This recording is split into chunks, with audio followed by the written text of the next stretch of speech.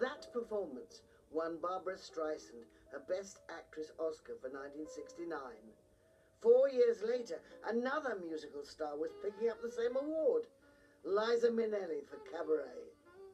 The role of Sally Bowles made her a huge star, but the idea that it took her out of the shadow of her mother, Judy Garland, was something she had little time for. Liza. Yes, sir. There were something like 60 photographers and 50 journalists here today, and you got star treatment. Do you enjoy that? Do you like that?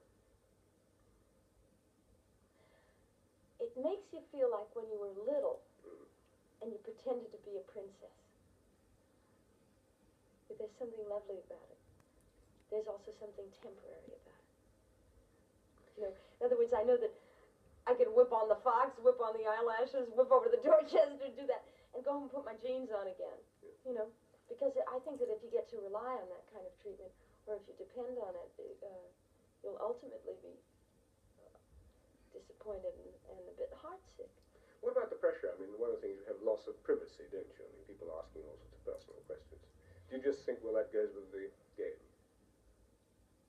I think, you know, it doesn't affect me as much as it might somebody else, because I've never known privacy. I mean, when I was born, somebody took a picture and put it in the paper. You know, it was one of those things. So I really don't have any area of comparison. So it doesn't bother me that much. Yeah. Because and I find that I do have a great deal of privacy by just not pretending to be somebody else. Now, the film Cabaret, in this country anyway, this established you very much as a person in your own right, as opposed to Judy Garland's daughter. Do you think it was important in that way? Yes, but see, I never mind. I'm very proud of my mom, you know, and being it sounds so ominous when somebody says, people used to call you Judy Garland's daughter. It's like the son of Dracula. What are they talking about?